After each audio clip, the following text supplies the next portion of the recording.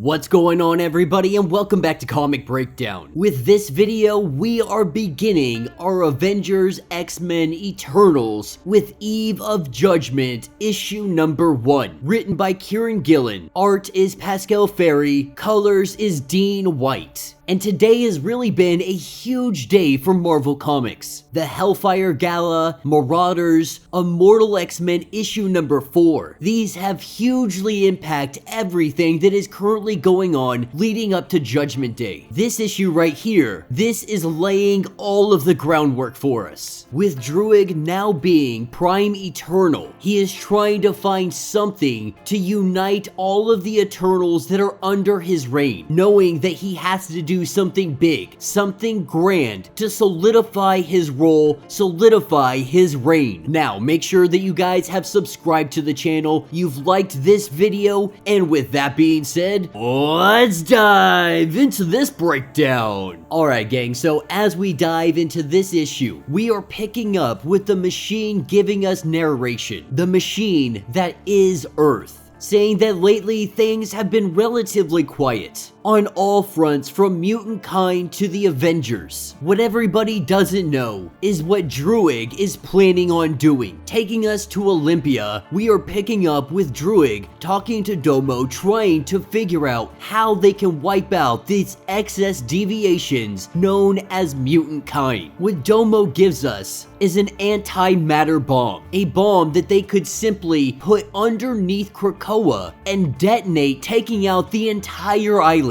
While this wouldn't wipe out the ones on Mars, he believes that on Mars they would have a civil war, and it's something that you can maybe handle later on once they have killed a good majority of themselves off. At the end of the day, killing Krakoa is striking at the very heart of these excess deviations. Because the truth is, not all of the Eternals are under his reign. Many of them, like A.X.E and our main lineup of Eternals, they have taken off to Lemuria. That is because they learned the truth, that their resurrection, eternal resurrection, it cost one human life. They have 3 principles: protect Celestials, protect the machine, correct excess deviation. And while they cannot resist these 3 principles, some of these have room for interpretation. While Druig is actively saying that mutants are excess deviation, and though they technically are, they're not deviation in the way that deviants excess deviate. And it's all a matter of who is Prime Eternal, what their real interpretation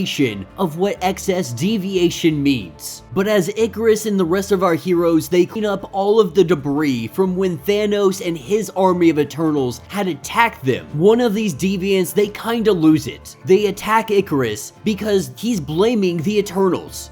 She's blaming the Eternals for everything that just happened. Eternals just attacked them, and yet they are still allowing some Eternals to have a safe haven here. Even if they were here defending us, deviants have suffered a great loss on this day. Of course, this is not a hard fight for A.X.E. But what we really see is A.X.E struggling with everything that he knows to be true, everything he once thought to be true. At this point, he is rejecting everything from his people, believing that they have to make amends. Now, that's what takes us to the exclusion. This is where Druig is currently holding Phastos. Most recently, Phastos had tried to destroy the machine, believing he was the key to helping Thanos reach his full potential. It simply wasn't that easy. Druig, like the snake he is, he wormed his way in and he was able to take the throne. But we also learned that there are usually 100 Eternals. This is common knowledge. What is not is that there are 101 Eternals. Something the machine lets us know we are gonna get onto a little bit later, that we're putting that on the back burner, at least for the time being. But Druig coming up to Phastos and letting him know, what am I going to do with you? They could simply just wipe his mind. They could start him from fresh and him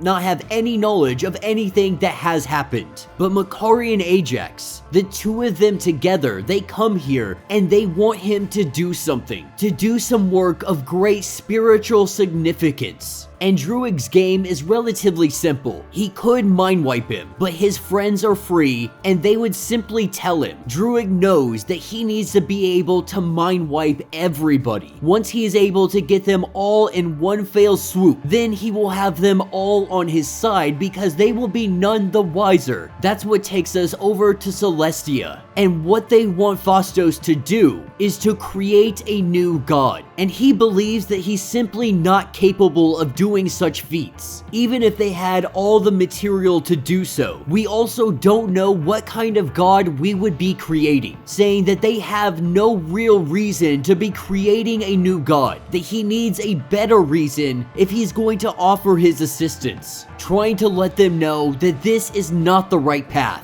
letting them know that what they plan has far greater risks than they are anticipating. To simply don't play lightly with all of these souls. Now, what they didn't do is introduce Phastos to the individual that they kidnapped, one they believe will help bring about this new god. We saw this happen in Immortal X-Men issue number 4. Because the person that they kidnapped was Diamond Sinister. Somehow, he is going to be playing a significant role in bringing about this new god. Now, that's where we pick up with Crow and Thena having a conversation. And he worries about the future of their people living together. Because at the end of the day, they are deviants and they are eternals. While they help rebuild this place, how does all of this end? Not only that, they have learned that deviants were the ones to be protected all along. So how does he tell this to all of his people? Many of them would call for war. This is exactly what he doesn't want to happen. And so while he has a huge decision ahead of him, this is a lot for them to take in. And while he is told that this is some kind of blessing, that they are the midwife of all that is wondrous on earth, right now, they sure don't feel like it, being persecuted and punished for all of these years. Yet somehow, they were the important ones all along. One of the goals that they want to accomplish is finding a cure for excess deviation, believing that maybe then, deviants could truly be free. Taking us back over to Druig and Domo. The anti-bomb is almost ready. Druig knowing that this is the one way to bring together all of the factions of Eternals, knowing that he won't be able to hold this position of power forever. He needs something that is going to solidify his name as Prime Eternal, believing that a throne made of so many mutant bones, this could last 1,000,000 years. As they send this antimatter bomb off to destroy all of Krakoa, believing that their mission is done, they start bleeding from every hole in their face, proclaiming "protect the machine," trying to recover the bomb as quickly as possible, stopping it before it destroys all of Krakoa. They are able to stop the bomb. Now they're trying to figure out what the heck happened, because this shouldn't have triggered the principles. What Domo did not predict was the island itself, the island of Krakoa. It is a sentient being of an unusual type. It is part of the machine in a very fundamental way. They can't simply annihilate every molecule of the island. With its connection to the machine, this goes against one of their 3 principles. And so this is where he goes to his plan B, because if he is going to do genocide, he knows exactly the person that he needs to talk to go to the one expert that knows better than anybody. That is the one known as Uranus. Uranus laughing at him, saying that he hasn't even been on the throne for 1,000 years before he comes begging for help. And that will be the end of this issue. So let me know what you guys think down in the comments. So this is really starting to look like it's gonna be a lot of fun. The Eternal series by Kieran Gillen, it really did lay all of the groundwork for what is about to happen. But if Druig is able to free Uranus, Uranus will undoubtedly go for the throne. And we already know he is one that takes excess deviation to a whole other level, more than willing to wipe out entire civilizations, entire species, if he believes that they are excess deviation. We have already seen him do it once. And he is definitely someone that all of the Eternals will get behind. He is one of the most feared of all of them. Not only that, he has access to many doomsday devices. Weapons of the Eternals that were given to them by the Celestials. Weapons that had been locked away since their last civil war. So there really is a lot going on. Mutant kind is already on the outs with the Avengers, especially people like Mr. Fantastic, with Eric and Charles removing portions of his memories that mask the A.X.E. The Eternals have kidnapped Sinister. The Eternals are also working with Moira. Moira is also working with Orcus. Orcus is also working with Dr. Stasis. We have all of the enemies that are now circling mutant kind, working together, having individuals like Fei Long really come down on them. This really is Judgment Day, and it looks like mutant kind, they might not survive through this event. Everything is at stake, from mutant resurrection to their very existence. The only question, will the X-Men be able to rally their allies in their defense? Will Icarus and the Eternals that have gone away from eternal lifestyle, will they support the X-Men? Will this be their way of trying to make amends? Will Uranus reach for that power? Will Druig get outplayed? So many things are at stake, so many things